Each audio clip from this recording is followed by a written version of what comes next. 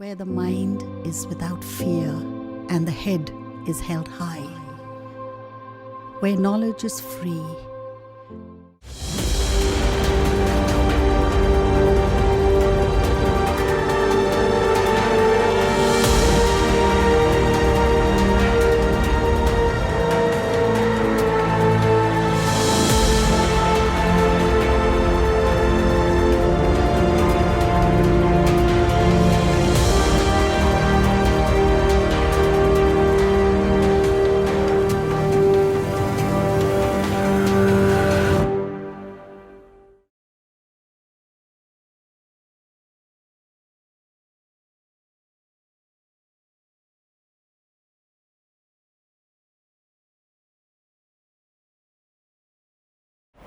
Good morning, আমার নাম সুপ্রতিম রায়, বায়োলজির teacher. আমি আজকে ক্লাস 10-এর লাইফ সায়েন্সের লাস্ট চ্যাপ্টার পরিবেশ, তার সম্পদ এবং তাদের সংরক্ষণ, এই চ্যাপ্টারটাকে আমি আজকে পড়াবো।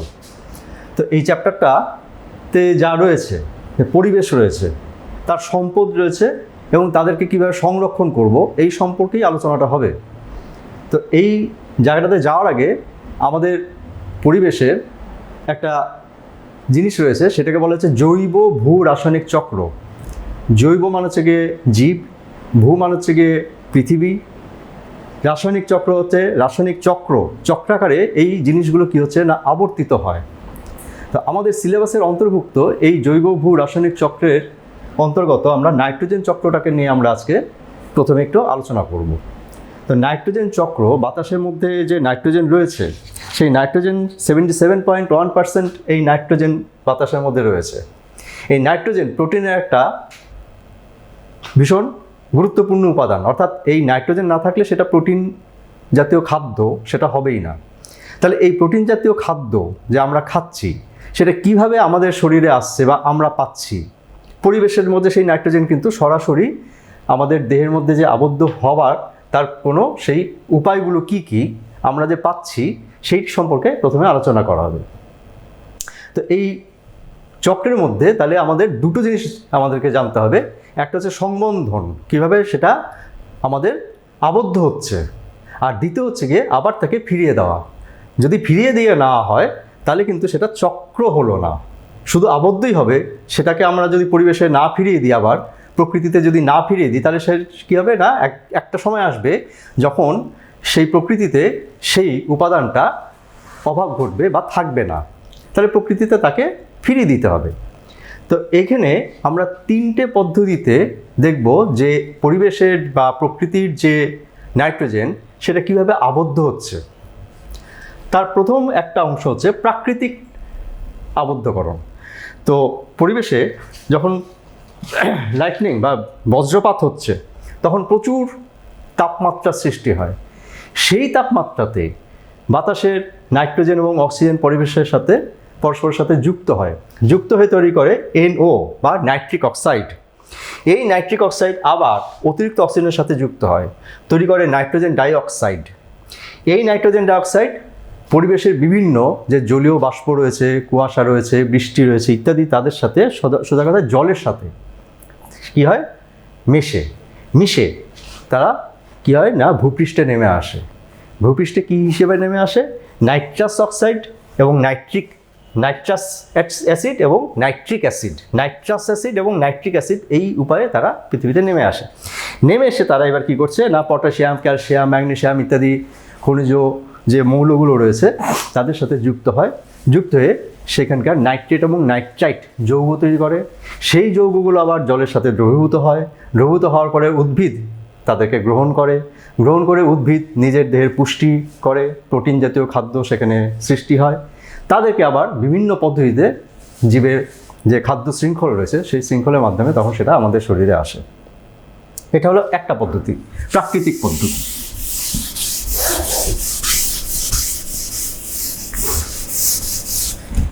এরপর আছে শিল্প জাতীয় পদ্ধতি, অর্থাৎ শিল্প কারখানাতে আমরা কি করি না, এই যে বিভিন্ন প্রকার সার তৈরি করি, ফার্টিলাইজার, ইউরিয়া, অ্যামোনিয়া ইত্যাদি বিভিন্ন ধরনের যে সার তৈরি করা হয়, তার মধ্যে সেখানে কারখানাতে এইভাবে নাইট্রোজেনকে আবদ্ধ করা হয়।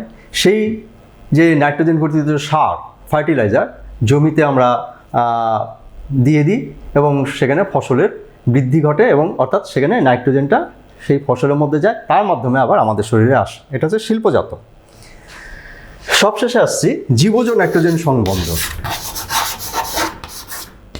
জীবজ অর্থাৎ জীবের মাধ্যমে কিভাবে নাইট্রোজেন সংবন্ধন হয়। তো এই জীবজ নাইট্রোজেন সংবন্ধনটা খুব গুরুত্বপূর্ণ।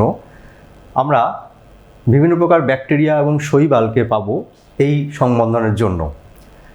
প্রথমে আসছি এই ব্যাকটেরিয়া এবং শৈবাল যারা রয়েছে তাদের মধ্যে কিছু রয়েছে স্বাধীনজীবী ব্যাকটেরিয়া, অর্থাৎ স্বাধীনজীবী যারা জীবাণু রয়েছে। এই স্বাধীনজীবী জীবাণুর মধ্যে রয়েছে ক্লস্ট্রিডিয়াম, অ্যাজোটোব্যাক্টর। এটা হচ্ছে গিয়ে স্বাধীনজীবী জীবাণু। এরা কি করছে, বাতাসের নাইট্রোজেনকে সরাসরি তাদের দেহে আবদ্ধ করতে পারে। আর রয়েছে কিছু নীলাভ সবুজ শৈবাল, তাদের মধ্যে রয়েছে অ্যানাবিনা, নস্টক। এরা হচ্ছে নীলাভ সবুজ শৈবাল। এরা সরাসরি বাতাসের নাইট্রোজেনকে আবদ্ধ করতে পারে। এটা হচ্ছে স্বাধীনজীবী, অর্থাৎ স্বাধীনভাবে তারা বসবাস করছে। এবার আমরা আসছি মিথজীবী। মিথজীবী অর্থাৎ আমরা জানি যে মিথজীবী পুষ্টি বা মিথজীবী জীবাণু অর্থাৎ একে অপরের সাহচর্যের ভিত্তিতে বা পুষ্টিদ্রব্যের আদান প্রদানের ভিত্তিতে যে পুষ্টি সম্পন্ন হয় তাকে আমরা বলছি মিথজীবী পুষ্টি। তো এখানে মিথজীবী ব্যাকটেরিয়ার দ্বারা এখানে কি হচ্ছে না, বাতাসের বা প্রকৃতির নাইট্রোজেন সেখানে আবদ্ধ হচ্ছে। এই মিথজীবী জীবাণুর দ্বারা এখানে রাইজোবিয়াম,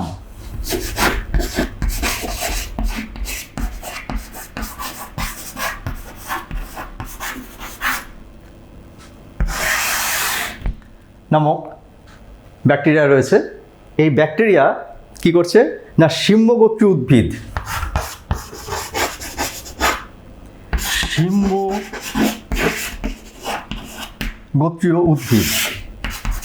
শিম্বগোত্রীয় উদ্ভিদ কারা না, আমাদের যত রকমের ডাল জাতীয় খাদ্যশস্য রয়েছে, যত রকমের ডাল, মুগ ডাল, মুসুর ডাল, সয়াবিন, অড়হর, মটর, ছোলা ইত্যাদি, বিভিন্ন যত রকমের শিম, ঠিক আছে, ধনচে আমরা খাই না, কিন্তু ধনচেটাও এই শিম্বগোত্রীয় উদ্ভিদের মধ্যে পড়ছে।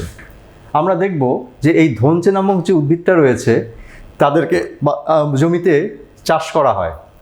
একটু যখন গাছটা বড় হয় ট্রাক্টর দিয়ে তাদেরকে জমির সাথে মিশিয়ে দেওয়া হয়, ফলে জমির উর্বরতা, নাইট্রোজেন জাতীয় খাদ্যের সেখানে সরবরাহ করা হয়, জমির মধ্যে সেটা পাওয়া যায়। তো এই শিম্বগোত্রীয় উদ্ভিদের যে মূল রয়েছে সেখানে এই রাইজোবিয়াম ব্যাকটেরিয়া বাসা বাঁধে। তাদের মধ্যে একটা আকর্ষণের সৃষ্টি হয় এবং আকর্ষণের ফলে সেখানে রাইজোবিয়াম ব্যাকটেরিয়া সেই শিম্বগোত্রীয় উদ্ভিদের মূলের মধ্যে বাসা বাঁধে। বাসা বাঁধার ফলে সেখানে একটা পরিবর্তন হয়। এই পরিবর্তনের ফলে সেখানে অর্বুদ বা গুটি তৈরি হয়।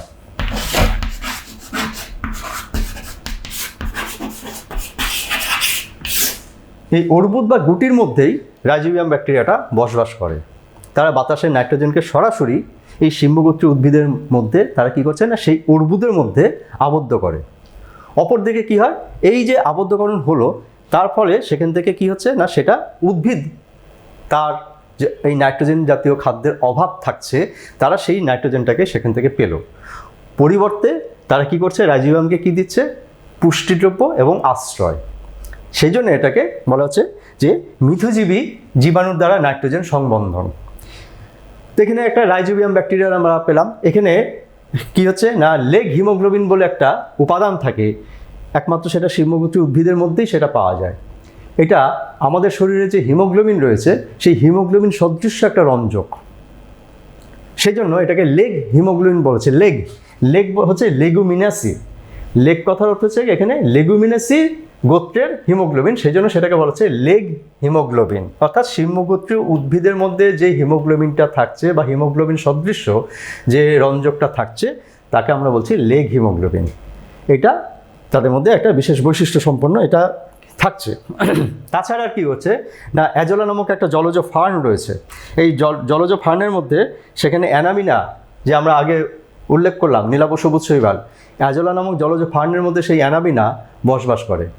অর্থাৎ সেখানেও একটা মিথজীবী সম্পর্কের সৃষ্টি হয়, যার মাধ্যমে সেখানে কি হচ্ছে না, প্রকৃতির নাইট্রোজেনকে তারা আবদ্ধ করতে পারে। তো আমরা এখানে দেখলাম যে কিভাবে বাতাসে নাইট্রোজেনটা সংবন্ধন হচ্ছে, আবদ্ধকরণ ঘটছে। এই আবদ্ধকরণের পরে উদ্ভিদ যখন তাদেরকে শোষণ করছে, শোষণ করার পর তার দেহের মধ্যে সেখানে নাইট্রোজেন জাতীয় খাদ্য বা উপাদান যাচ্ছে, সেই উদ্ভিদ থেকে বিভিন্ন তৃণভোজী প্রাণীদের শরীরে যাচ্ছে, সেখান থেকে বিভিন্ন জীব, মানুষ সহ বিভিন্ন জীবের শরীরের মধ্যে সেই প্রোটিন উপাদানটা যাচ্ছে।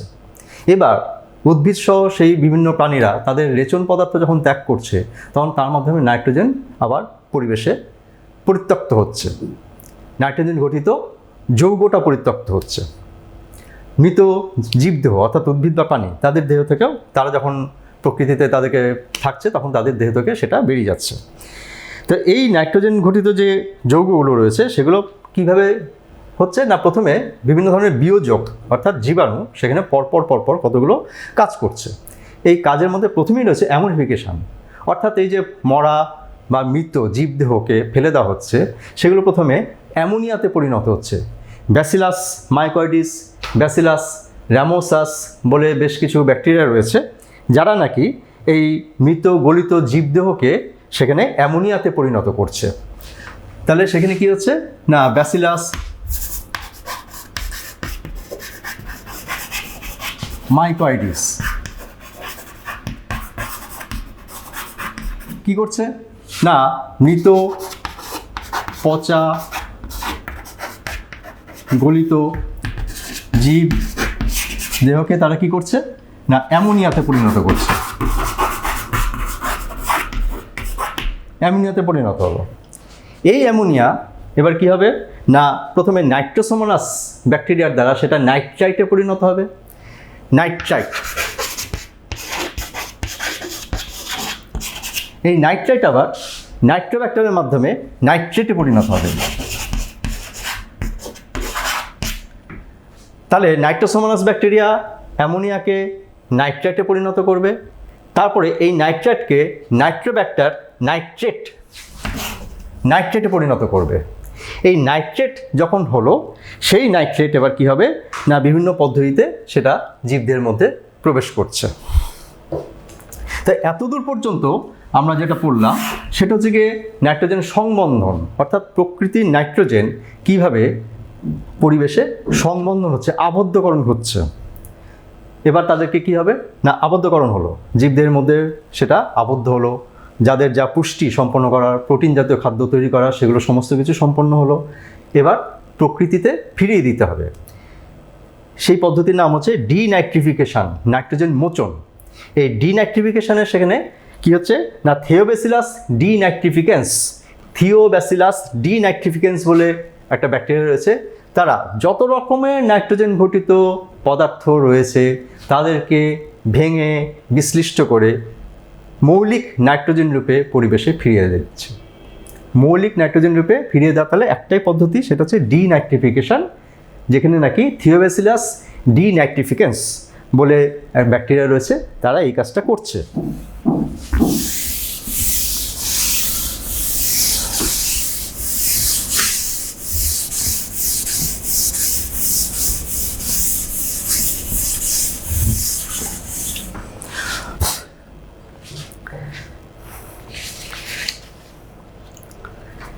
এরপর আমরা আসছি পলিউশন।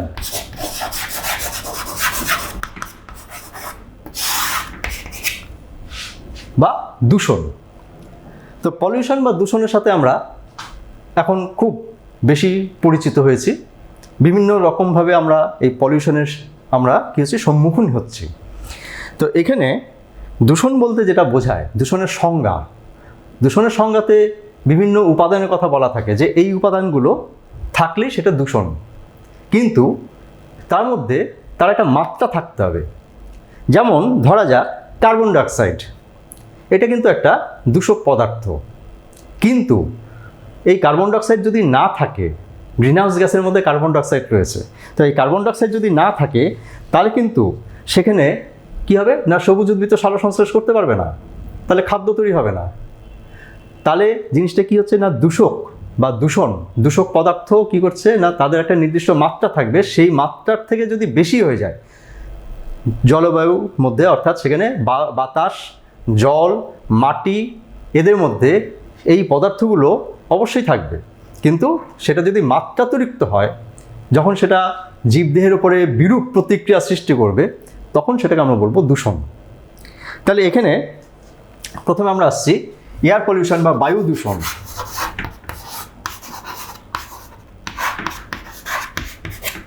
তো বায়ু দূষণের মধ্যে প্রথমেই আসবে যেটা, সেটা হচ্ছে গ্রিনহাউস গ্যাস। এই গ্রিনহাউস গ্যাসের মধ্যে কি কি থাকবে? কার্বন মনোঅক্সাইড থাকবে, কার্বন ডাইঅক্সাইড থাকবে, মিথেন থাকবে, সিএফসি, ফ্লোরোফ্লোরোকার্বন এরা থাকবে, তো N2O। তো এই যে উপাদানগুলো হচ্ছে গ্রিনহাউস গ্যাস, অর্থাৎ এরা পৃথিবীতে প্রচুর পরিমাণে এখন থেকে গেছে এবং গ্রিনহাউস তৈরি করছে। যে সূর্য যে তাপ পৃথিবীতে এসে পড়ছে, সেটা বিকীর্ণ হয়ে প্রতিফলিত হয়ে ফিরে যেতে পারছে না, সেটা আটকে যাচ্ছে। অর্থাৎ এটা চাদরের মতো একটা আস্তরণ সৃষ্টি করেছে, যার ফলে সেটা আটকে যাচ্ছে। ফলে আমাদের সেখানে কী হচ্ছে না, গ্লোবাল ওয়ার্মিং হচ্ছে, বিশ্ব উষ্ণায়ন, এই ঘটনাটা ঘটছে। আর কি না, বিভিন্ন কলকারখানা থেকে সালফার ডাইঅক্সাইড গ্যাস তৈরি হচ্ছে, নাইট্রোজেন তৈরি হচ্ছে, HCl গ্যাস বাষ্প তৈরি হচ্ছে। তো এরা কি করছে না, এরা জলীয় বাষ্পের সাথে মিশে সালফিউরিক অ্যাসিড তৈরি করছে, হাইড্রোক্লোরিক অ্যাসিড তৈরি করছে, নাইট্রিক অ্যাসিড, নাইট্রাস অ্যাসিড তৈরি করছে। তো এই অ্যাসিডগুলো কি হচ্ছে না, আমাদের কুয়াশা, জলীয় বাষ্প, বিভিন্ন ধরনের জলীয় বাষ্প, বৃষ্টি ইত্যাদির সাথে কি হচ্ছে মিশে, যখন তারা কি করছে না, অ্যাসিড, দ্রবণীয় অ্যাসিড বা লিকুইড ফর্মে তারা পৃথিবীতে নেমে আসছে, ভূপৃষ্ঠে নেমে আসছে। ভূপৃষ্ঠে যখন তারা নেমে আসছে, তখন সেটাকে আমরা বলছি অ্যাসিড রেইন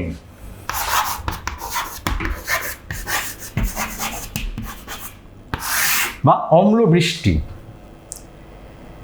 অ্যাসিড রেইনের ফলে তাহলে কি কি ক্ষতি হবে আমাদের? না, ক্ষতি হচ্ছে গিয়ে প্রথমে শস্য ক্ষেত্রের উপর পড়ছে, তাহলে শস্য ক্ষেত্র নষ্ট হবে। বিভিন্ন বনভূমির উপরে যেখানে পড়বে, সেখানে গাছের পাতা নষ্ট হয়ে যাবে বা গাছগুলোও মারা যেতে পারে। মানুষের দেহের মধ্যে যখন পড়বে, তখন সেটা তার স্কিন বা চামড়ার উপর একটা ক্ষতি সৃষ্টি করবে। বিভিন্ন ধরনের যে মার্বেল পাথরের যে স্মৃতিসৌধ, যেমন তাজমহল, ভিক্টোরিয়া মেমোরিয়াল, আরও অনেক রয়েছে, তাদের উপর যখন পড়ছে, তখন অ্যাসিডের সাথে সেখানে ক্যালসিয়াম কার্বনেটের বিক্রিয়া হবে, বিক্রিয়া হয়ে তাদের ক্ষয় হয়ে যাবে, ফলে তাদের ক্ষতি হবে।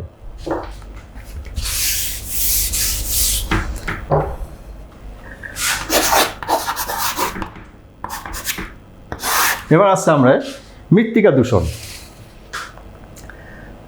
আচ্ছা, এখানে আরেকটা কথা সেটা হচ্ছে SPM বলে একটা জিনিস রয়েছে বায়ু দূষণের মধ্যে। SPM, suspended particulate matter. Suspended অর্থাৎ ভাসমান, পার্টিকুলেট মানে সূক্ষ্ম কণা, ম্যাটার মানে বস্তু।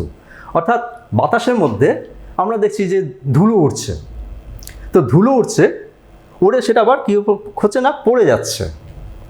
কিন্তু এইখানে যেটা রয়েছে, তার মাত্রা হচ্ছে 10 মাইক্রোমিটারের থেকেও কম।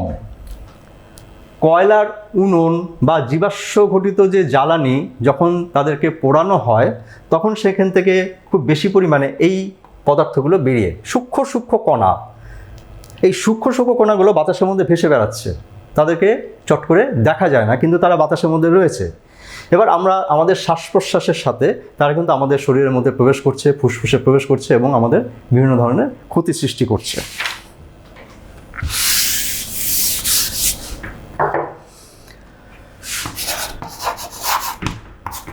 সয়েল পলিউশন বা মৃত্তিকা দূষণ।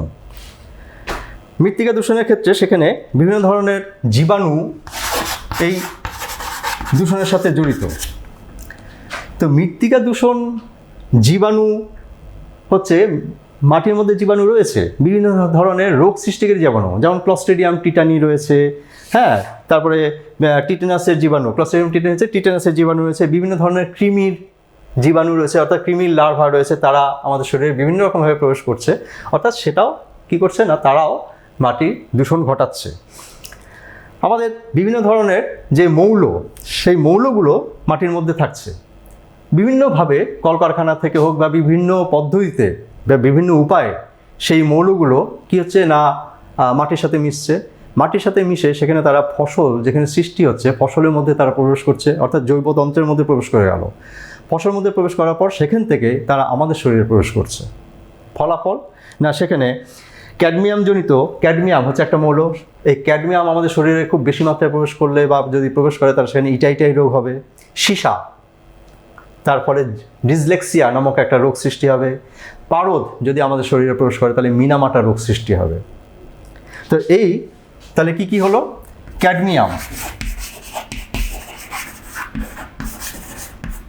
ক্যাডমিয়াম জনিত ইটাই রোগ, সীসা ঘটিত ডিসলেক্সিয়া রোগ এবং পারদ ঘটিত মিনামাটা রোগ, এরা আমাদের এই ধরনের রোগগুলো সৃষ্টি করছে। আমরা এই মুহূর্তে বেশ কিছু জায়গাতে জানি যে সেখানে আর্সেনিক দূষণ খুব পরিচিত আমাদের ক্ষেত্রে। আর্সেনিক এই নামটার সাথে আমরা খুব পরিচিত। কেন না, আর্সেনিক কী হচ্ছে না, একটা মৌল, সে জলের সাথে মিশে আমাদের শরীরে প্রবেশ করছে। ব্ল্যাক ফুট ডিজিজ, অর্থাৎ আমাদের হাত এবং পায়ের চামড়া কালো কালো হয়ে যাবে, বিভিন্ন রকমভাবে সেটা আমাদের ক্ষতি করছে।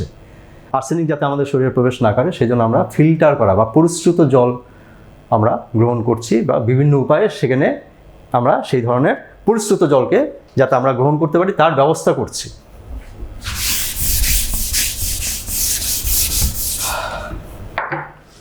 এখানে বায়ো ম্যাগনিফিকেশন এই মৃত্তিকা দূষণের সাথে জড়িত, এটা জল দূষণের সাথেও জড়িত। তো মৃত্তিকা বা জল দূষণের সাথে বায়ো ম্যাগনিফিকেশন বা জীব বিবর্ধন বলা হয়। জীব বিবর্ধন, জীব হচ্ছে বায়ো হচ্ছে জীব, ম্যাগনিফিকেশন হচ্ছে বিবর্ধন, অর্থাৎ বড় হয়ে যাচ্ছে। না, জীব বড় হচ্ছে না। আমাদের যে বাস্তুতন্ত্র রয়েছে সেই বাস্তুতন্ত্রের যে খাদ্য শৃঙ্খল, সেই খাদ্য শৃঙ্খলের মধ্যে প্রথমে আসা যাক জল বা মাটি, ঠিক আছে। সেখানে ডিডিটি বা বিএইচসি, ধরা যাক ডিডিটি বিএইচসি, অর্থাৎ এগুলো ইনসেকটিসাইডস বা পেস্টিসাইড হিসাবে ব্যবহার করা হতো। তো এই ডিডিটি বা বিএইচসি ব্যবহার করার ফলে কি হচ্ছে না, কৃষিক্ষেত্রে যখন ব্যবহার করা হচ্ছে সেখান থেকে ধুয়ে তারা জলে প্রবেশ করছে বিভিন্নভাবে। জলে যখন প্রবেশ করছে তখন তার মাত্রাটা ধরা যাক 0.01 ppm পার্টস পার মিলিয়ন, অর্থাৎ নগণ্য। অর্থাৎ জলের মধ্যে ডিডিটি বা বিএসসি যেই পরিমাণে মিশছে, এই যে পরিমাণটা 0.01 ppm, এই পরিমাণটা যদি সরাসরি আমাদের শরীরে প্রবেশ করে তাহলে সেখানে আমাদের কোনো ক্ষতি হবে না, বা কোনো জীবের শরীরে যদি প্রবেশ করে সরাসরি এই পরিমাণটা, তাহলে কিন্তু সেই ধরনের ক্ষতি হবে না। বিভিন্ন পদ্ধতিতে হয়তো সেটা আমাদের দেহ থেকে বেরিয়ে যায় বা ক্ষতি হবে না। কিন্তু ঘটনাটা কি হচ্ছে, জলের মধ্যে এই যে পরিমাণটা রয়েছে সেটা প্রথমে ফাইটোপ্ল্যাঙ্কটন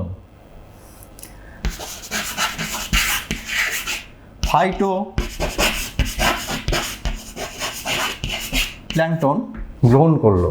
তার নিজের দেহের পুষ্টি যখন সম্পূর্ণ করছে তখন সেখানে এই অংশটা তার শরীরে প্রবেশ করলো। খুব কম পরিমাণে প্রবেশ করলো, কত না 0.024 ppm। এখান থেকে গেল জুপ্ল্যাঙ্কটনে।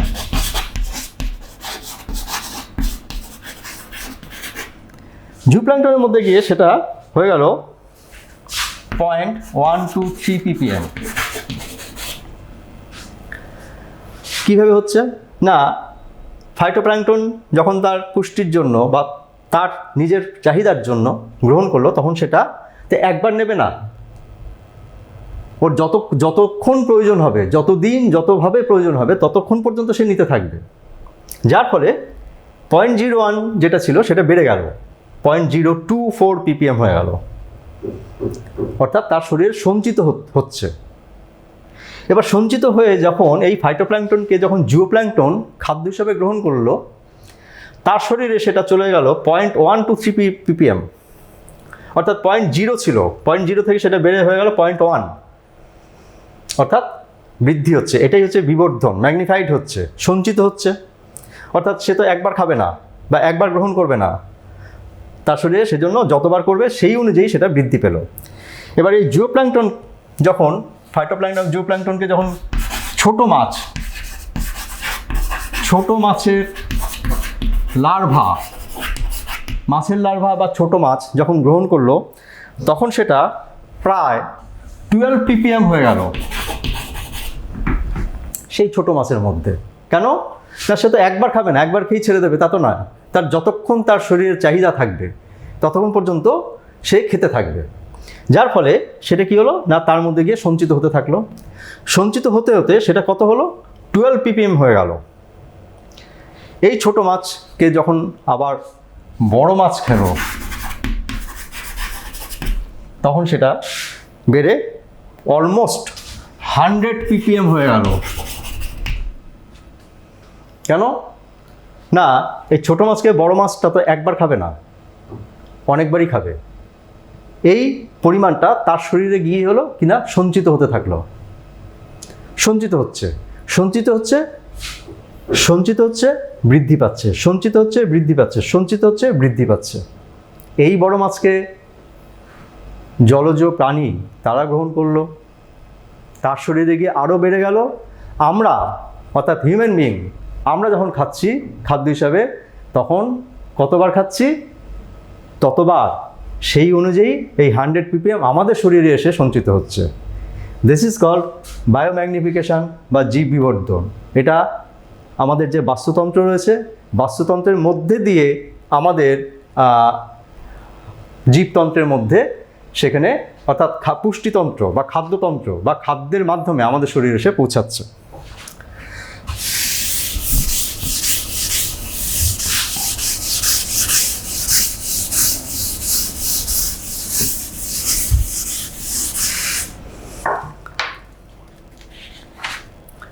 আমরা আসছি ওয়াটার পলিউশন, জল দূষণ। তো জল দূষণ, মৃত্তিকা দূষণ এবং জল দূষণের যে কারণগুলো মোটামুটিভাবে এক। যেমন অম্লবৃষ্টি যখন হচ্ছে, অম্লবৃষ্টি হওয়ার সময় যে বৃষ্টিটা হচ্ছে সেটা যেমন কৃষিক্ষেত্রে পড়ছে, বনভূমিতে পড়ছে, সেরকম জলের মধ্যেও পড়ছে। অর্থাৎ সেখানেও কিন্তু জলের মধ্যে সেই অম্লের একটা প্রভাব থাকবে। আর কি না, কৃষিক্ষেত্রে বর্জনের মধ্যে সেখানেও ডিডিটি, বিএসসি এগুলো থাকবে। বিভিন্ন ধরনের জীবাণু, অর্থাৎ আমরা বিভিন্ন ধরনের কুকুর, বেড়াল ইত্যাদি যখন মারা যাচ্ছে, তখন সেগুলোকে আমরা অনেক সময় কী করছি, বিভিন্ন জলাশয়ের মধ্যে ফেলে দিচ্ছে। বা শাকসবজি, তরি তরকারির বিভিন্ন অংশ যখন থাকছে, হয়তো অনেক সময় আমরা সেগুলো কী করছি না, পুকুরের জলের মধ্যে ফেলে দিচ্ছি। ফেলে দেওয়ার ফলে কী হচ্ছে, ফেলে দেওয়ার ফলে সেখানে যে জীবাণু রয়েছে, সেই জীবাণুগুলো তাদেরকে খাদ্য হিসেবে গ্রহণ করছে। ফলে জীবাণুর বাড়ন্ত হচ্ছে। এই জীবাণুর বাড়ন্ত হওয়ার ফলে সেখানে কী হচ্ছে না, জলের মধ্যে অক্সিজেনের চাহিদা বেড়ে যাচ্ছে। এটাকে বায়োলজিক্যাল অক্সিজেন ডিমান্ড বলা হয়। অর্থাৎ সেখানে কী হচ্ছে না, অক্সিজেনের ঘাটতি হয়ে যাচ্ছে। ফলে জলের মধ্যে সেখানে অন্যান্য যে সমস্ত প্রাণীগুলো রয়েছে, তাদের সেখানে শ্বসনতন্ত্রের ওপর একটা প্রভাব সৃষ্টি হয়। আরেকটা কি না, ইউট্রফিকেশন।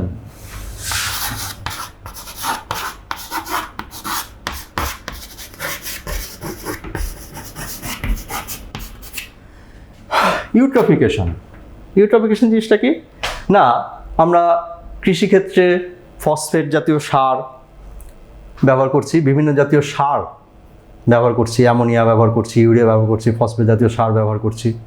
কৃষিক্ষেত্রকে ধুয়ে তারা জলের মধ্যে আসছে। আমরা আমাদের হাউসহোল্ড কাজের জন্য বিভিন্ন ধরনের ডিটারজেন্ট যে ব্যবহার করছি, জামা কাপড় ধোয়ার জন্য ওয়াশিং পারপাসে বিভিন্ন ধরনের যে ডিটারজেন্টকে ব্যবহার করছি, সেগুলো অবশেষে আমাদের বাড়ি থেকে, গৃহস্থালী থেকে বেরিয়ে নর্দমার মাধ্যমে সেটা কী হচ্ছে না, পুকুরের জলের মধ্যে পড়ছে বা নদীর জলের মধ্যে পড়ছে। তো এই যে জলের মধ্যে পড়ছে যখন, তখন সেটা কী হচ্ছে না, জলের মধ্যে যে অন্যান্য জীবজ উপাদান রয়েছে, তার মধ্যে শৈবাল হচ্ছে একটা অন্যতম একটা উপাদান। এই শৈবাল জলের প্রচুর বাড়ন্ত হয়, অর্থাৎ এইগুলো অ্যাকচুয়ালি তাদের পুষ্টিদ্রব্য। তার ফলে কি হচ্ছে না, তাদের প্রচুর বাড়ন্ত হয়। এই বাড়ন্ত হওয়ার ফলে জলের মধ্যে সেখানেও কি হচ্ছে না, ওই অক্সিজেনের ঘাটতি দেখা যায়। ঠিক আছে, এই প্রক্রিয়াটার নাম হচ্ছে ইউট্রফিকেশন। এবং এই ইউট্রফিকেশনের ফলে যেই ঘটনা ঘটে সেটা হচ্ছে গিয়ে বিওডি, একটা হচ্ছে সিওডি। বিওডি হচ্ছে গিয়ে বায়োলজিক্যাল অক্সিজেন ডিমান্ড, অর্থাৎ জৈব পদার্থ যখন জলাশয়ের মধ্যে প্রচুর পরিমাণে বৃদ্ধি পেয়ে যায়, যার ফলে কি হচ্ছে না, তাদের সেখানে জলাশয়ের জলের মধ্যে দ্রবীভূত অক্সিজেনকে তারা প্রচুর পরিমাণে গ্রহণ করে নেবে, ফলে জলাশয়ের সেই জলের মধ্যে অক্সিজেনের ঘাটতি দেখা দেবে। সেটাকে আমরা বলছি বায়োলজিক্যাল অক্সিজেন ডিমান্ড। আর কোনো রাসায়নিক দ্রব্যের ফলে তাদেরকে জারিত করার জন্য সেই জলাশয়ের অক্সিজেন যখন প্রচুর পরিমাণে ব্যবহৃত হয়ে যাবে, ফলে জলাশয়ের সেই জলের মধ্যে অক্সিজেনের ঘাটতি দেখা দেবে, তখন সেটাকে আমরা বলবো কেমিক্যাল অক্সিজেন ডিমান্ড বা সিওডি। আর কি না, সেখানে শৈবালের বৃদ্ধি ঘটার ফলে অনেক সময় কি হয় না, সেখানে প্রচুর পরিমাণে কি হয় না, জল দূষিত হয়ে পড়ে। অনেক সময় নীলাভ সবুজ শৈবাল বা সায়ানোব্যাকটেরিয়া এই জাতীয় শৈবালের যখন বৃদ্ধি ঘটে, তখন সেখানে কী হয় না, জলের মধ্যে একটা আস্তরণ সৃষ্টি হয়। এটা বলে শৈবাল ব্লুম বা অ্যালগাল ব্লুম বলা হয়। ঠিক আছে,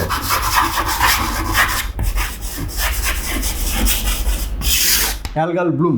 এই অ্যালগাল ব্লুমের ফলে সেখানে কি হচ্ছে না, সেই জলটা দূষিত হয়ে পড়ে, অর্থাৎ সেই শৈবালের দেহ থেকে বিভিন্ন টক্সিক পদার্থ জলের মধ্যে গিয়ে মেশে, যার ফলে সেখানে জলাশয়ে যত অন্যান্য জীবজ উপাদান থাকে তারা সবাই মারা যায়। শুধু তাই নয়, এই অ্যালগাল ব্লুম সম্পন্ন সেই জল কোনো গবাদি পশু বা অন্য কোনো প্রাণী যদি সেই জলটা পান করে, তাদের মৃত্যু হতে পারে। এরপর আমরা আসছি শব্দ দূষণ, সাউন্ড পলিউশন। তো সাউন্ড পলিউশন তার একটা নির্দিষ্ট মাত্রা আছে, সেই মাত্রার অতিরিক্ত হলেই, অর্থাৎ 40 বা 50 ডেসিবেলের উপরে যদি সেটা যায়, তখন সেটাকে আমরা বলি যে সাউন্ড পলিউশন। তো আমরা বিভিন্ন সময় দেখি যে আমাদের যে বিভিন্ন উৎসব অনুষ্ঠান আমরা পালন করি, সেই উৎসব অনুষ্ঠানে ডিজের যে ডেক বাজানো হয়, হ্যাঁ, প্রচুর মানে সেখানে প্রচুর সাউন্ড তৈরি হচ্ছে। এই সাউন্ডের ফলে কিন্তু সেখানে কী হচ্ছে না, এটা পলিউশনের মধ্যেই পড়বে। আমরা যে বিভিন্ন ধরনের বাজি পটকা ফাটাই, সেটাও সেই সাউন্ড পলিউশনের মধ্যে পড়ে। এর ফলে মানুষের কী হতে পারে না, মস্তিষ্কের মধ্যে তার এফেক্ট হবে, কানের বধিরতা সৃষ্টি হবে, হার্টের উপর সেখানে হৃৎপিণ্ডের যে কার্যকারিতা সেটার উপর এফেক্ট হয়, রক্ত সংবহনতন্ত্রের উপর সেটার ফলে এফেক্ট হবে, ঠিক আছে, ইত্যাদি ইত্যাদি হয়।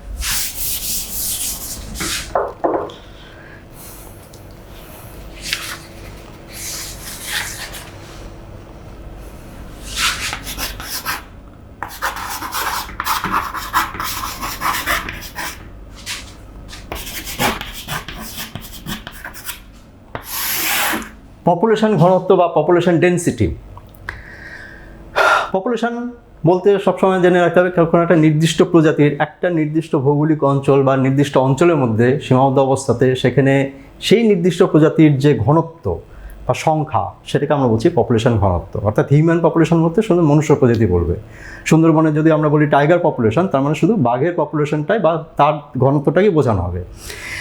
তো এই প্রসঙ্গে সেই ঘনত্বটা কিভাবে নিয়ন্ত্রিত হয় বা কিভাবে থাকে না, এটা নির্ভর করছে ন্যাটালিটি আর একটা মর্টালিটি। ন্যাটালিটি হচ্ছে গিয়ে জন্মহার, মর্টালিটি হচ্ছে গিয়ে মৃত্যুহার।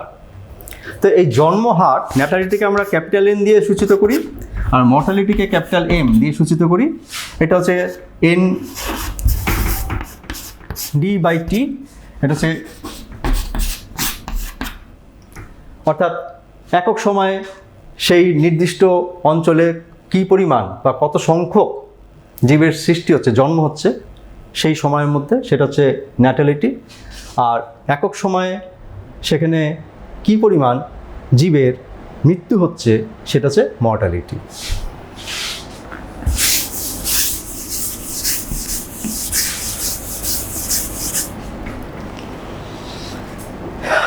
এবার আমরা চলে আসছি পরিবেশের আরেকটা পার্টে।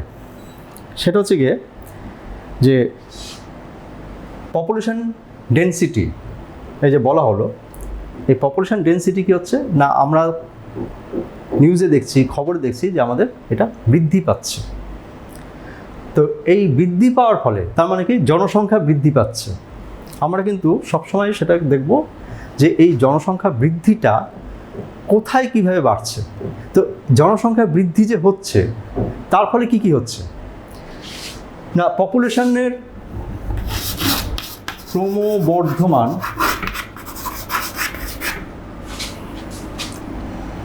যে ঘনত্ব,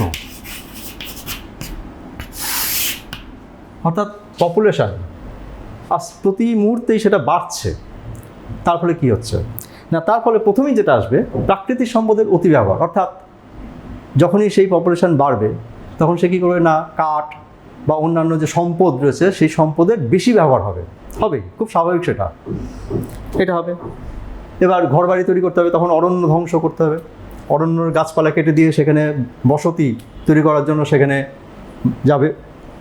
কৃষি জমি কম হয়ে যাবে, কৃষি জমি হ্রাস, অর্থাৎ কৃষি জমি একটা নির্দিষ্ট পরিমাণে ছিল, এবার সেটা তো যেই পরিমাণ ঘনত্ব বাড়ছে সেই অনুযায়ী তো কৃষি জমি বাড়ছে না, তাহলে সেটা মিষ্টি জল। আমরা দেখব যে আগে হয়তো একটা অঞ্চলের মধ্যে একটা ওই রিজার্ভার ছিল, অর্থাৎ যেখান থেকে আমরা জল সাপ্লাই পেতাম। এখন কিন্তু অনেকগুলো হয়েছে, কেন না চাহিদার জন্য, অর্থাৎ বেশি পরিমাণে জল হচ্ছে, কেন না লোক সংখ্যা বেড়েছে। আর কি হবে না, বায়ু এবং জল দূষণ। আগে গাড়ি, মোটরসাইকেল ইত্যাদি খুব কম ছিল, খুব কম লোকে সেগুলো ব্যবহার করতো। তার একটা কারণ অবশ্যই ছিল যে মানি ম্যাটার, অর্থাৎ টাকা পয়সার একটা ব্যাপার ছিল। এখন কিন্তু অনেকের কাছেই এই ভেহিকেলস রয়েছে, থাকার কথাটা আসছে না, পলিউশনের কথাটা আসছে। অর্থাৎ যত বেশি পরিমাণে এই জিনিসগুলো ব্যবহৃত হবে তত বেশি বায়ু এবং জল সেখানে দূষিত হবে। যত বেশি ব্যবহার হবে মানুষ্য সৃষ্ট ক্রিয়াকলাপের ফলে সেগুলো কী হবে না, সেগুলো দূষিত হবে। আর কি না, বিশ্ব উষ্ণায়ন, আমরা এর আগে গ্রিন হাউস গ্যাসগুলো সম্পর্কে আলোচনা করেছি, তাদের যে সেই সমস্ত গ্যাসগুলো আরও বেশি পরিমাণে সৃষ্টি হবে। তার ফলে কী হচ্ছে, আর কি হবে না, জলাভূমি ধ্বংস, অর্থাৎ জলাভূমি যেখানে রয়েছে সেখানে ঘরবাড়ি তৈরি করা হবে, কেন না জায়গার অভাব, সেই জন্য খাদ্য সংকট, সেটা একটা কারণ। পরিবেশের এই যে দূষণ ঘটছে, এই দূষণের ফলে সাথে জড়িত বেশ কিছু রোগ, তার মধ্যে একটা হচ্ছে হাঁপানি। হাঁপানি জিনিসটা হচ্ছে কি, অর্থাৎ হাঁপ ধরে দেওয়া, শ্বাসকষ্ট, অর্থাৎ আমাদের ফুসফুসের মধ্যে যে বাতাস প্রবেশ করছে এবং সেখান থেকে বেরিয়ে আসছে, তার যে আমাদের এখানে রয়েছে কি রয়েছে, ট্র্যাকিয়া, তারপরে কি রয়েছে ব্রঙ্কাস, ব্রঙ্কিওল, অ্যালভিওলার ডাক্ট, এই যে নালীগুলো রয়েছে তার মধ্যে বিভিন্ন কারণে বিভিন্নভাবে, সেটা ধূমপানের ধোঁয়া হতে পারে, বাতাসের মধ্যে সাসপেন্ডেড পার্টিকুলেট ম্যাটার অর্থাৎ এসপিএম জাতীয় উপাদান হতে পারে, অন্যান্য আরও কিছু উপাদান থাকতে পারে, যেগুলো নাকি সেখানে প্রবেশ করে মিউকাসের সৃষ্টি করে। এবং এই মিউকাসের ফলে সেই নালীগুলো বন্ধ হয়ে যায়। নালীগুলো বন্ধ হয়ে গেলে পর তখন সেখানে খুব স্বাভাবিকভাবেই আমাদের শ্বাস নিতে অসুবিধা হবে। এটা হচ্ছে হাঁপানির একটা কারণ। ব্রঙ্কাইটিস, এটা বিভিন্ন জীবাণুর দ্বারা এটা কি হয় না, এই রোগটা সৃষ্টি হয়, ব্রঙ্কাইটিস। এখানে কি হচ্ছে না, এখানে মিউকাসে যে শ্বাসনালীগুলো আছে, ফুসফুস এবং শ্বাসনালীগুলো, সেগুলো মিউকাসে পরিপূর্ণ হয়ে যায়। ফলে আমরা যে শ্বাস নিচ্ছি সেই শ্বাসটা সম্পূর্ণভাবে সেখানে ফুসফুসে পৌঁছায় না, বা ফুসফুসে পৌঁছালেও সম্পূর্ণ ফুসফুসের মধ্যে সেখানে সেটা থাকতে পারে না। ফলে আমাদের একটা শ্বাসকষ্ট সেখানে হয়।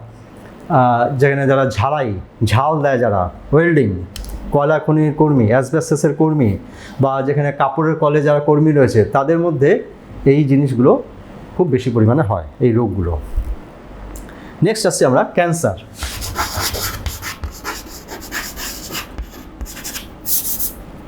ক্যান্সার এটাও আমাদের কাছে পরিচিত।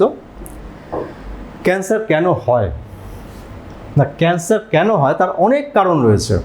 কার্সিনোজেন বলে একটা উপাদান রয়েছে, কার্সিনোজেন।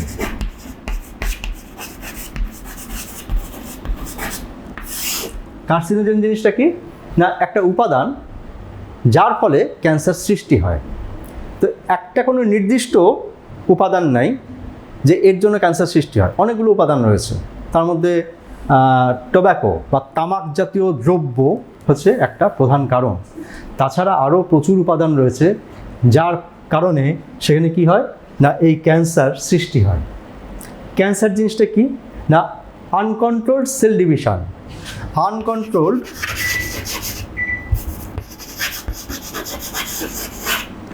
সেল ডিভিশন বা অনিয়ন্ত্রিত কোষ বিভাজন। অর্থাৎ সাধারণভাবে আমাদের দেহে যে কোষ বিভাজনটা ঘটে থাকে সেটা হচ্ছে একটা চাহিদা অনুযায়ী, প্রয়োজন অনুযায়ী সেই কোষ বিভাজনটা ঘটে থাকে।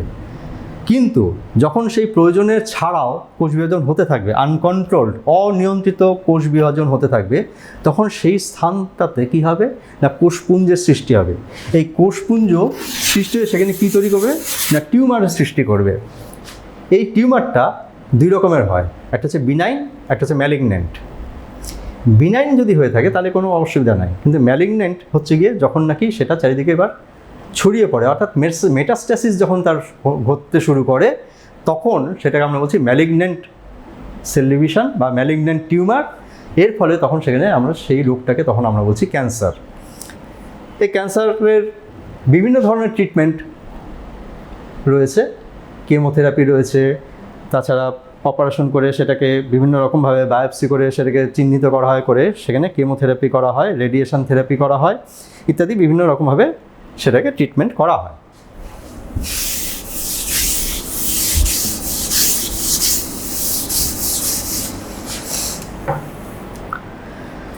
এবার আমরা আসছি বায়োডাইভার্সিটি।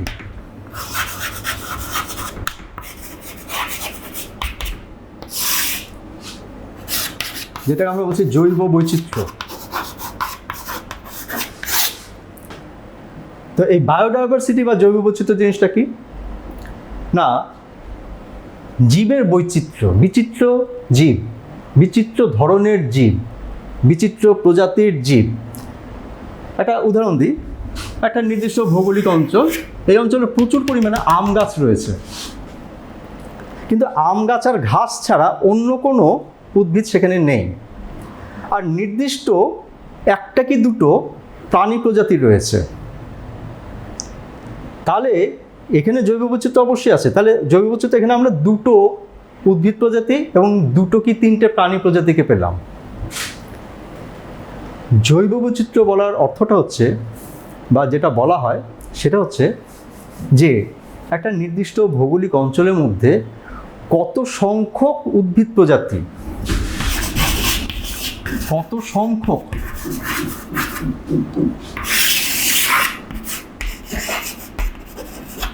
উদ্ভিদ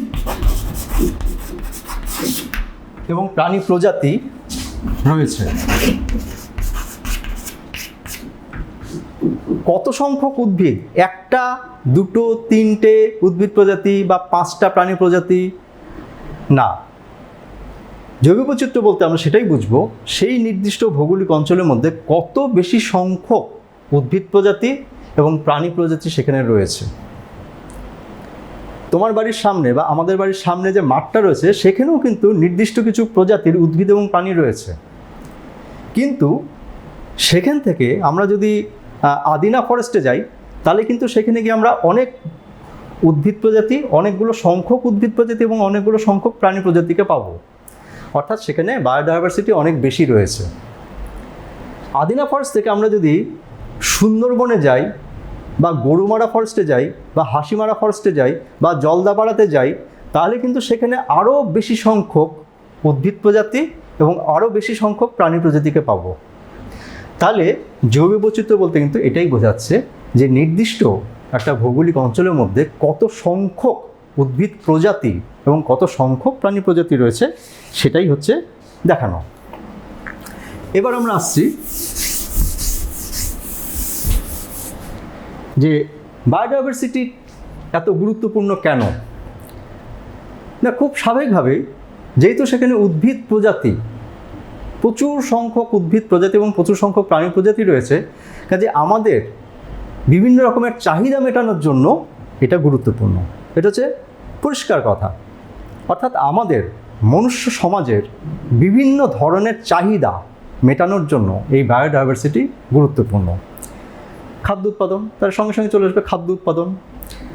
ড্রাগ বা ওষুধ প্রস্তুতি, অর্থাৎ বিভিন্ন ধরনের ভেষজ উদ্ভিদ প্রজাতির সেখানে আমরা পাবো। তাহলে সেখান থেকে বিভিন্ন ধরনের ভেষজ উদ্ভিদের সেই উপাদানগুলোকে আমরা আমাদের বিভিন্ন রোগ নিরাময়ের জন্য সেগুলোকে ব্যবহার করতে পারবো।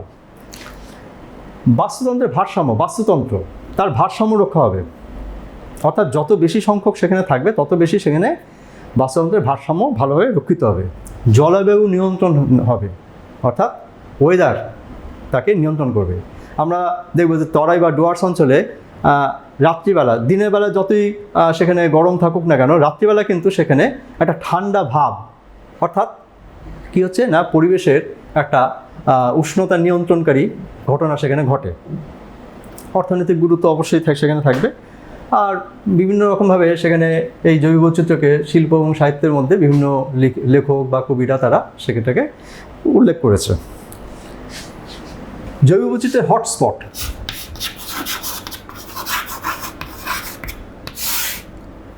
বায়োডাইভার্সিটি হটস্পট বলা হয়।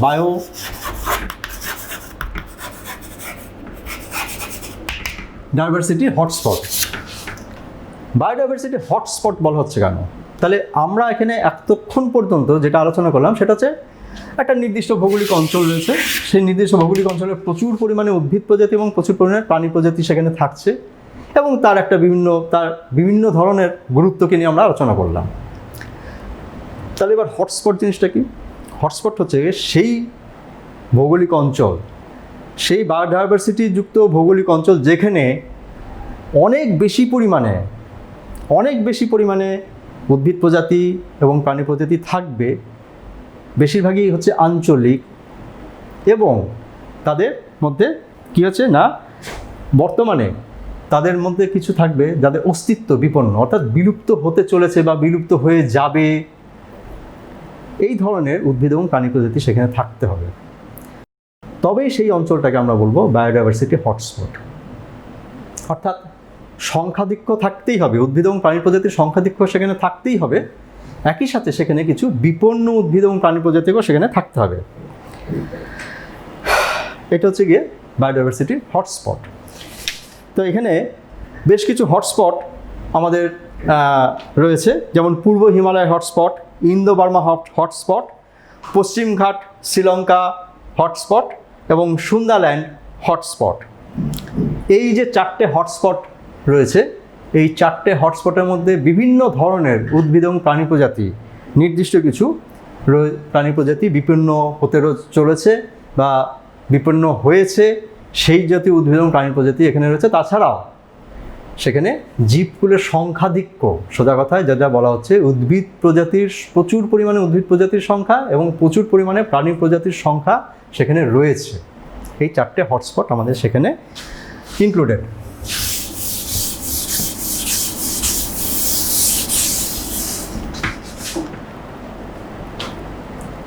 এই যে জৈব বৈচিত্র্যকে নিয়ে আলোচনা করা হলো, তার হ্রাস অর্থাৎ কমে যাচ্ছে। কেন কমে যাচ্ছে? আমরা, হিউম্যান বিইং হচ্ছে তার প্রধান কারণ। বাসস্থান ধ্বংস করছি। তো জৈব বৈচিত্র্য হ্রাস পাচ্ছে কেন? না, জৈব বৈচিত্র্য হ্রাসের কারণ হচ্ছে গিয়ে বাসস্থান ধ্বংস। আমাদের প্রয়োজনে আমরা কি করছি না, সেই যে বনভূমি ধ্বংস করে সেখানে আমরা আমাদের নিজেদের বাসস্থান তৈরি করছি। শিকার এবং চোরা শিকার, অর্থাৎ শিকারি এখন আর শিকারি নেই, এখন যারা আছে তারা সবাই হচ্ছে চোরা শিকারি। অর্থাৎ শিকার করতে যাওয়ার মতো এখন কিন্তু কোনো সিস্টেম নেই যে আমরা একটা বনাঞ্চলে আমি গিয়ে শিকার করব। কাজেই যারা শিকার করছে, প্রতিদিন আমরা খবরের কাগজে দেখছি বা নিউজে দেখছি, গন্ডারকে মারা হচ্ছে, হাতিকে মারা হচ্ছে, চিতাবাঘ, ডুয়ার্সে প্রায় প্রতিদিনের ঘটনা যে চিতাবাঘ মারা হচ্ছে। ঠিক আছে, গন্ডারকে মারা হচ্ছে কেন? তার খড়গোটার জন্য। সেই খড়গোটার মধ্যে নাকি প্রচুর মেডিসিনাল ভ্যালু রয়েছে, সেটা বেশ চড়া দামে সেগুলোকে বিক্রি করা হয়। হাতির দাঁত আর অন্য কোনো অংশ কিন্তু হাতির কাজে লাগে না, চোরা শিকারেরা হাতির দাঁতটাকে নিয়ে চলে যাচ্ছে, গন্ডারের খড়গ নিয়ে চলে আসছে। বিভিন্ন বন্যপ্রাণীর চিতাবাঘ সহ বিভিন্ন বন্যপ্রাণীর চামড়া সেটা বিদেশের বাজারে রপ্তানি করছে। তো এইসব কারণগুলোর জন্য সেখানে কী হচ্ছে না, বাস্তুতন্ত্র সেটা ধ্বংস হয়েছে। তাছাড়া প্রাকৃতিক দুর্যোগ রয়েছে। প্রাকৃতিক দুর্যোগের ফলে আমরা কয়েকদিন আগে যেটা হলো আমাদের আমফান, সেই আমফানে আমরা দেখেছি যে সুন্দরবনের যে লবণম্য ম্যানগ্রোভ এরিয়া, বেশ কিছু ম্যানগ্রোভ অঞ্চল সেখানে নষ্ট হয়েছে। বিশ্ব উষ্ণায়ন অর্থাৎ গ্লোবাল ওয়ার্মিং সেটাও একটা কারণ। এবার আমরা আসছি যে এই যে এটা আমরা নির্দিষ্ট একটা অঞ্চলকে নিয়ে যদি আমরা আলোচনা করি, বায়োডাইভার্সিটি হটস্পট, সেটা হচ্ছে সুন্দরবন। সেখানে কি হচ্ছে না, সুন্দরবনে সেখানে নগরায়ন হচ্ছে, অর্থাৎ সেখানে প্রচুর পরিমাণে কিন্তু উদ্ভিদ এবং প্রাণী প্রজাতি রয়েছে। তার মধ্যে সুন্দরী গাছ, সুন্দরী গরান, গেওয়া, হ্যাঁ, গোলপাতা, হোগলা, নলখাগড়া, শন ইত্যাদি উদ্ভিদ রয়েছে। তাছাড়া রয়্যাল বেঙ্গল টাইগার সেখানে হচ্ছে আসল প্রধান। তাছাড়া কেটো কচ্ছপ, সুন্দি কাছিম, হ্যাঁ, গিরগিটি, অজগর সাপ, কুমির, ঘড়িয়াল, এগুলো প্রচুর পরিমাণে সেখানে রয়েছে। তো সুন্দরবন ধ্বংস হয়ে যাচ্ছে কেন না, সুন্দরবন নগরায়ন, অর্থাৎ আমার জমি নাই, আমি গাছ কেটে লবণম্য উদ্ভিদকে ধ্বংস করে সেখানে কী করছি, আমি আমার বাড়ি তৈরি করছি। আর কি না, কৃষি জমির জন্য সেখানে আমরা ধ্বংস করছি। মিষ্টি জল পাওয়া যাচ্ছে না, ঠিক আছে, কারণ লবণ জল খাড়ির মাধ্যমে সেখানে লবণ জল প্রবেশ করছে। বিভিন্ন ধরনের দূষণ সেখানে সংঘটিত হচ্ছে। তাছাড়া মাঝে মাঝে কী হচ্ছে না, সমুদ্র জলের উচ্চতা বেড়ে যাওয়ার ফলে সেটা অনেক ভেতরে চলে আসছে, যার ফলে পরিবেশের সেই সুন্দরবনের অঞ্চলে ক্ষতি হচ্ছে। তো এই যে ক্ষতি, এইগুলোকে কী হচ্ছে না, রক্ষা করার জন্য বিভিন্ন ধরনের উপায়ের মধ্যে কী হচ্ছে না, ইনসিটু সংরক্ষণ, ইনসিটু, এক্সিটু। ইনসিটু সংরক্ষণ হচ্ছে গিয়ে সেটাই যেখানে নাকি সেই উদ্ভিদকে বা প্রাণীকে সেই নিজের স্থানে রেখেই সংরক্ষণ করা হবে। যেমন রয়্যাল বেঙ্গল টাইগার বা সুন্দরী গাছকে আমরা সুন্দরবনে রেখেই সংরক্ষণ করছি, সেটা হচ্ছে ইনসিটু সংরক্ষণ। আর সুন্দরী গাছকে আমি আমার বাড়িতে বা কোনো একটা বটানিক্যাল গার্ডেনে নিয়ে এসে সংরক্ষণ করছি, বা রয়্যাল বেঙ্গল টাইগারকে চিড়িয়াখানায় রেখে সংরক্ষণ করছি, সেটা হচ্ছে এক্সিটু সংরক্ষণ। তো এই ইনসিটু সংরক্ষণের মধ্যে কী কী রয়েছে না, জাতীয় উদ্যান যেটা নাকি কেন্দ্রীয় সরকারের নিয়ন্ত্রণাধীন, আর রয়েছে অভয়ারণ্য যেখানে নাকি কোনো রকমভাবেই কেউ প্রবেশ করতে পারবে না, কোনো আগ্নেয়াস্ত্র নিয়ে বা কোনো রকমভাবে প্রবেশ করতে পারবে না। আর রয়েছে সংরক্ষিত বনাঞ্চল, এটাও কিন্তু কেন্দ্রীয় সরকারের নিয়ন্ত্রণাধীন। অর্থাৎ সেখানে কী কী করা হচ্ছে না, এগুলো সম্পূর্ণভাবে রাজ্য সরকার, কেন্দ্রীয় সরকার সবাই মিলে এটাকে কী করছে না, এই যে উদ্যানগুলো করা হয়েছে সেখানে সেই অঞ্চলের বা সেই বনাঞ্চলের উদ্ভিদ এবং প্রাণী প্রজাতিকে রক্ষা করা, এটা হচ্ছে আসল উদ্দেশ্য। আর রয়েছে বায়োস্ফিয়ার রিজার্ভ, অর্থাৎ যেখানে নাকি ইউনেস্কো, হ্যাঁ, সেখানে বায়োস্ফিয়ার রিজার্ভ, সেখানে বাস্তুতন্ত্রের সম্পূর্ণ জৈব বৈচিত্র্য সম্পূর্ণটাকে রক্ষা করা হচ্ছে। কোনো রকমভাবেই সেখানে কেউ কিছু করতে পারবে না, কিন্তু গবেষণার ক্ষেত্রে গবেষণার স্বার্থে তারা সেখানে প্রবেশ করতে পারবে। আর হচ্ছে এবার হচ্ছে এক্সিটু সংরক্ষণ। এই এক্সিটু সংরক্ষণের মধ্যে কী রয়েছে, বটানিক্যাল গার্ডেন,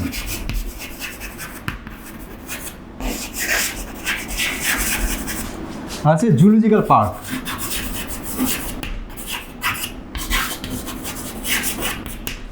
যেটাকে আমরা বলি চিড়িয়াখানা। এক্সিটু সংরক্ষণ কেন, আমি যেটা বললাম যে তার যে সাধারণ যে স্বাভাবিক যে বাসস্থান, সেই বাসস্থান থেকে তাদেরকে নিয়ে এসে আমরা অন্য জায়গাতে তার নিজস্ব পরিবেশের মতো পরিবেশ সৃষ্টি করে তাকে সংরক্ষণ করছি। Botanical garden, Shibpur botanical garden, কলকাতাতে যে হাওড়ার পাশে শিবপুর বটানিক্যাল গার্ডেন রয়েছে, সেখানে আমরা বহু উদ্ভিদ প্রজাতিকে সেখানে আমরা পাবো। বহু উদ্ভিদ প্রজাতি সেখানে রয়েছে, তাদেরকে সংরক্ষণ করা হচ্ছে। তাদের স্বাভাবিক যে বাসস্থান সেখান থেকে নিয়ে এসে তাদেরকে সেখানে সংরক্ষণ করা হয়েছে। আমরা জুলজিক্যাল পার্ক, কলকাতাতে আলিপুর চিড়িয়াখানা, যেখানে আমরা বহুবার গেছি, সেখানে গিয়ে আমরা দেখতে পাবো বহু ধরনের প্রাণী সেখানে রয়েছে। তাদের স্বাভাবিক বাসস্থান থেকে তাদেরকে নিয়ে এসে এখানে তাদেরকে সংরক্ষণ করা হয়েছে। আরেকটা হচ্ছে কি না, ক্রায়ো সংরক্ষণ।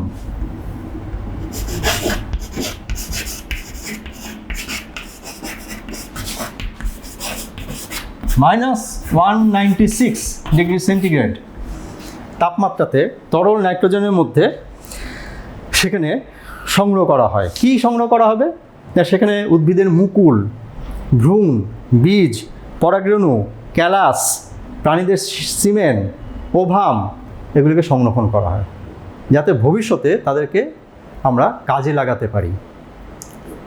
এটা হচ্ছে যেই স্থানটাতে সংরক্ষণ করা হচ্ছে সেই স্থানের টেম্পারেচার, আর সম্পূর্ণ যে স্থানটা সেটা -136 ডিগ্রি সেন্টিগ্রেডের মধ্যে সেটা থাকবে।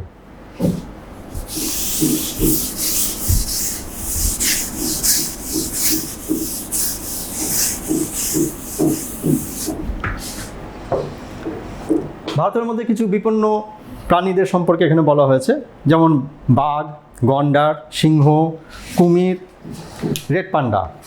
তো এই যে এগুলো হচ্ছে কি না বিপন্ন প্রজাতি, এরা বিপন্ন, বিভিন্নভাবে তারা বিপন্ন হয়ে পড়েছে, অর্থাৎ তাদেরকে চোরা শিকারের মাধ্যমেই হোক বা অন্য কোনোভাবেই হোক তারা কী হচ্ছে না ধীরে ধীরে তাদের সংখ্যাটা কমে যাচ্ছে।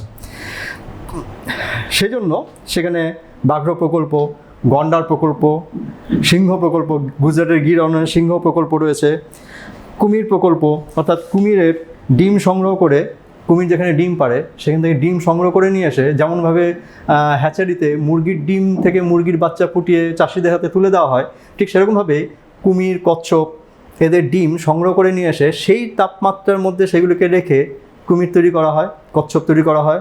তাদেরকে নির্দিষ্ট জলাশয়ে প্রথমে তাদেরকে বড় করা হয়, করে তারপরে প্রকৃতিতে তাদেরকে ছেড়ে দেওয়া হয়। রেড পান্ডা হচ্ছে গিয়ে আরেকটা বিপন্ন প্রজাতি। সেখানে অ্যাকচুয়ালি এদেরকে 2200 থেকে 4800 ফুট উচ্চতার মধ্যে এদেরকে পাওয়া যায়। বাঁশ জাতীয় উদ্ভিদ হচ্ছে এদের প্রধান খাদ্য উপাদান। তো এদের যে স্কিনটা, নরম লোমযুক্ত যে স্কিনটা রয়েছে, সেই স্কিনটা হচ্ছে গিয়ে খুব শৌখিন দ্রব্য তৈরি করার জন্য চোরা শিকারীরা এদেরকে শিকার করে এগুলোকে বিক্রি করে। তো আমাদের এখানে সিকিমে, অরুণাচল প্রদেশে, সিঙ্গলীলা অঞ্চলে এখানে রেড পান্ডা প্রজেক্ট, সিঙ্গলীলা হচ্ছে গিয়ে হিমালয়ের একটা রেঞ্জ, সিঙ্গলীলা রেঞ্জ, এখানে WWF এদের অধীনে এই সমস্ত প্রাণীগুলিকে তাদেরকে রক্ষণাবেক্ষণ করার জন্য বিভিন্ন রকমভাবে সেখানে কী হয়েছে না প্রজেক্ট নেওয়া হয়েছে। আরেকটা জিনিস যেটা সেটা হচ্ছে গিয়ে যে JFM আর PBR, অর্থাৎ আমরা ইনসিটু সংরক্ষণ এবং এক্সিটু সংরক্ষণ সম্পর্কে জানলাম, কিভাবে হচ্ছে সেটা জানলাম। এখানে একটু অন্য ধরনের অ্যাক্টিভিটি, এই সংরক্ষণের যে একটু অন্য ধরনের অ্যাক্টিভিটি এখানে আমরা জানব। JFM, জয়েন্ট ফরেস্ট ম্যানেজমেন্ট, পশ্চিম মেদিনীপুরের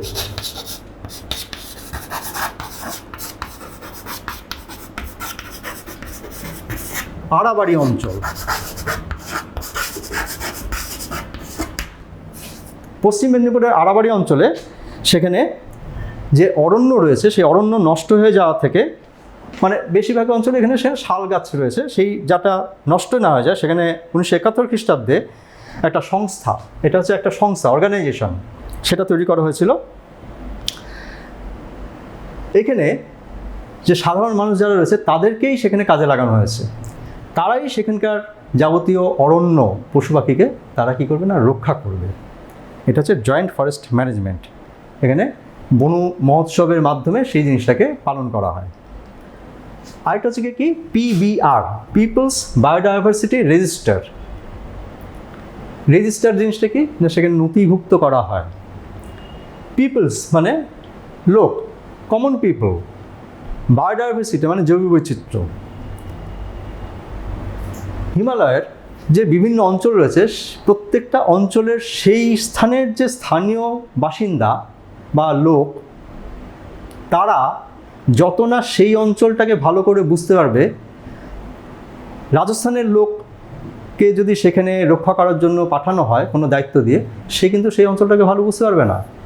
আবার হিমালয়ের সেই ব্যক্তিকে, সেই অঞ্চলের কিছু লোককে যদি আমি রাজস্থানে নিয়ে যাই বা অন্য কোনো অঞ্চলে নিয়ে যাই, তারা কিন্তু সেই জায়গাটা ভালো করে বুঝতে পারবে না। পিপলস বায়োডাইভার্সিটি রেজিস্টারের উদ্দেশ্যই হচ্ছে যে স্থানীয় লোকজনকে কাজে লাগিয়ে সেই অঞ্চলের বায়োডাইভার্সিটিকে সংরক্ষণ করা। এটা হচ্ছে পরিষ্কার কথা। অর্থাৎ সেই নির্দিষ্ট অঞ্চলের যে লোকজন রয়েছে, লোকাল স্থানীয় পিপল রয়েছে, স্থানীয় লোকজন রয়েছে, তাদেরকে শিক্ষিত করা, তাদেরকে বোঝানো এবং তাদেরকেই সেই অঞ্চলের উদ্ভিদ এবং প্রাণী প্রজাতিকে রক্ষা করা, এটাই হচ্ছে গিয়ে পিপলস বায়োডাইভার্সিটির রেজিস্টার। আজকে এখানেই শেষ করলাম। Thank you.